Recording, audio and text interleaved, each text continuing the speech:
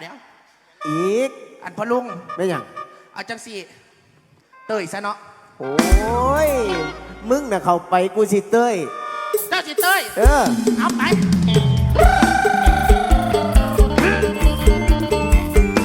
งานก่อนรับไม่ล่าสุดจากพระเอกเดียวสุนินันท์ครับ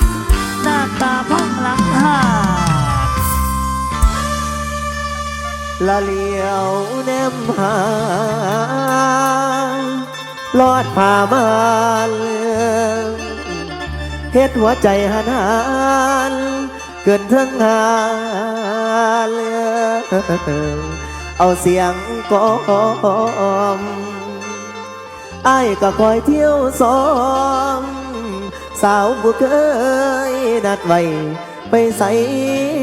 นอสร้างบ่เห็นหัวใจอ้ายประแดงเต้นจนแห้งลาแนมหาสาวเจ้าบัดควงผู้ใส่มาลังน้ำตาอยู่หลังหา